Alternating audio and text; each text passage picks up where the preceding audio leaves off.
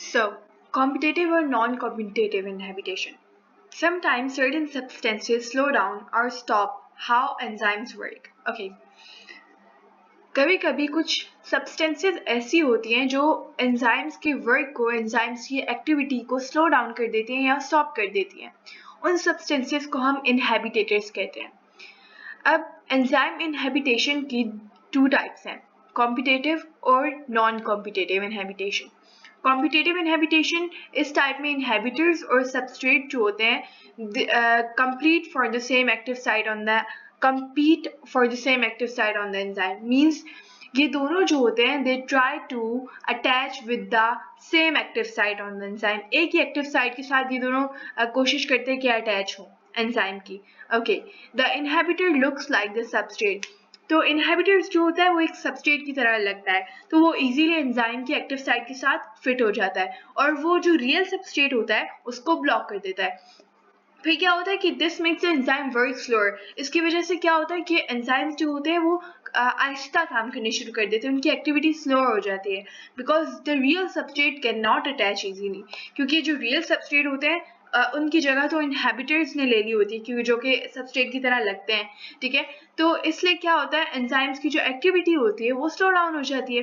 सो इसकी एक एग्जांपल है कि मेडिसिन जिसको हम एस्पिरिन कहते हैं वो एज अ कॉम्पिटिटिव एंजाइम्स की कॉम्पिटिटिव इनहेबिटर्स के तौर पे काम करती है that make pain signals in our body.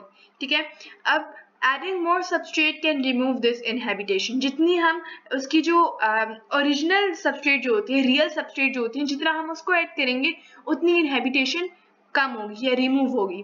ठीक है, नॉन कॉम्पिटिटिव इनहेबिटेशन बेसिकली इस टाइप में inhibitor does not attach to the active site. इसमें क्या होता है इनहेबिटर जो होता है वो एंजाइम की एक्टिव साइट के साथ अटैच नहीं होते, जबकि it binds to another part of the enzyme and change its shape. वो क्या करते हैं, वो किसी और एंजाइम के पार्ट के साथ अटैच हो जाते हैं और अपनी शेप चेंज कर देते हैं. Because of this the substrate cannot fit properly and the reaction slows down और स्टॉप. इससे क्या होता है कि सबस्ट्रेट जो होता है वो प्रॉपरली फिट नहीं होता. ठीक है, क्योंकि उसकी शेप जो होती है वो भी थोड़ी सी चेंज हो चुकी होती है. ठीक है, and the reaction slow down और स्टॉप. इसकी वजह से क्या होता है रिएक्शन जो होता है वो स्लो डाउन हो जाता है या स्टॉप हो जाता है.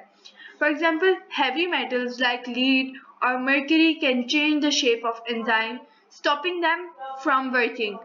अब जो हैवी मेटल्स होते हैं जैसे कि लीड या मर्करी जो होती है वो अपनी शेप चेंज कर रहे होते हैं एंजाइम के लिए. ठीक है, जो कि उनको अपना प्रॉपर जो एक्टिविटी होती है उसका वो करने से उसको रोक रहे होते हैं. Adding more substrate doesn't remove the inhibition. जितनी हम सबस्ट्रेट ऐड करेंगे उतनी इनहेबिटेशन रिमूव नहीं होगी. सो ये एक टाइप से डिफरेंस भी है एंड एक टाइप से डिस्क्राइब भी किया हुआ है कि कॉम्पिटेटिव इनहेबिटेशन में क्या होता है और नॉन कॉम्पिटेटिव इनहेबिटेशन में क्या होता है.